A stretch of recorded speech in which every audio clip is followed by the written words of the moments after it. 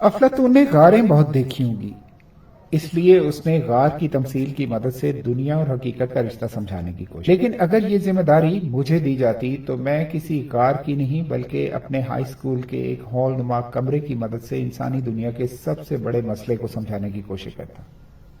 आप भी सोच रहे होंगे कि वो कैसे। वो ऐसे, मैं आपको उस कमरे में ले जाता जहां 8वीं जमात के बोर्ड के इम्तिहानात होते तो इस कमरे की वजह से स्कूल एक अकामती दरसगाह बन जाता। स्कूल कब लगता और कब छुट्टी होती 8वीं जमात का लड़का नहीं बता सकता था, क्योंकि स्कूल में ही रात गए पढ़ने के बाद सुबह नमाज के वक्त जागकर फिर पढ़ाई शुरू हो जाती थी। जब बाकी लड़के असेंबली के लिए ग्राउंड में जमा होते तो हमें 1 घंटे के लिए नाश्ते और नहाने की छुट्टी दी जाती। दोपहर को छुट्टी होती, सब लड़के घर चले जाते, मगर 8वीं जमात के लड़के ग्राउंड में बैठ के कौ पर मजमून याद किया करते थे। शाम 4 बजे एक बार फिर 2 घंटे के लिए छुट्टी दी जाती और फिर 6 से 12 बजे तक हॉल नुमा कमरे में लड़के कमर हिला हिलाकर कौ का विद करते। इस दौरान टेक लगाने की भी इजाजत नहीं होती थी कि कहीं कौ जैसे इल्मी शहपारे पर रियाजत में कोई कसर बाकी न रह जाए और हम ज्ञान से कहीं चूक न जाएं।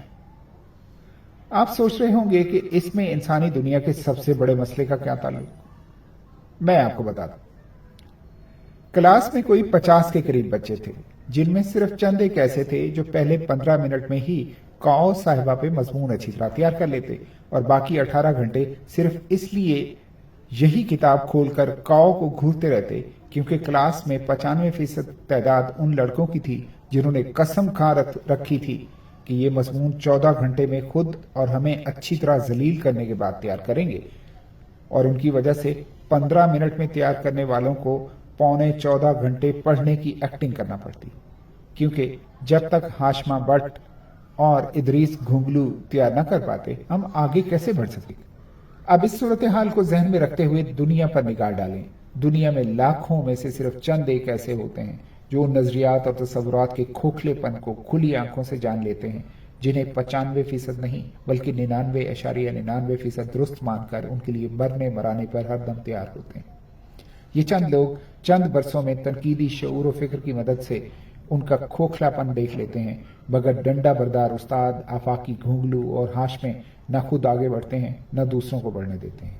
हॉल नुमा कमरे में तो वो महज पौने 14 घंटे लगा देते हैं, मगर दुनिया में इन लोगों की तादाद इस कदर ज्यादा होती है कि जो फिक्री सफर तनकीदी शऊर रखने वाले चंद सालों में तय करते हैं, वही सफर ये लोग कई सदियां तय नहीं कर पाते। इसकी सजा तनकीदी शऊर रखने वाले सुरील दिमाग लोगों को मिलती है।